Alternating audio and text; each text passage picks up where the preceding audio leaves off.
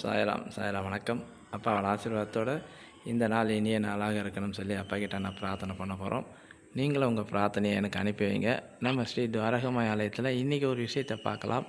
பாபா நம்மளுடைய பிரார்த்தனைகளை நிறைவேற்றி தருவார். அப்படி தான் ஒரு பிரார்த்தனை இப்போ நடந்தது. இந்த இவ்வளோ பெரிய கப்பு நீங்கள் பார்த்தீங்கன்னா தெரியும். பெரிய கப்பு.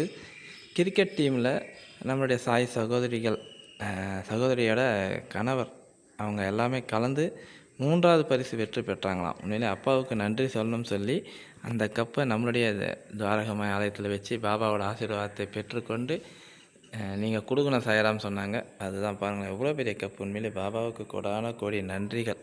அப்பா உண்மையிலேயே ரொம்ப பெரிய ஆச்சரியமான விஷயம். இனி எல்லா விளையாட்டு போட்டியிலும் சாய் சகோதரிகள் வெற்றி பெறணும், அப்பாவோட ஆசீர்வாதத்தை பெறணும் சொல்லி நாம் அவங்களுக்கும் பிரார்த்தனை பண்ணலாம்.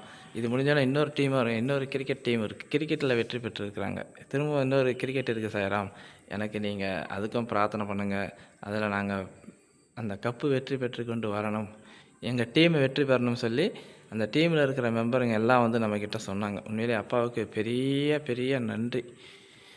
இது இந்த கப்பு ஏன் ஆகிட்டு இருக்குது பார்த்தீங்கன்னா தெரியும்.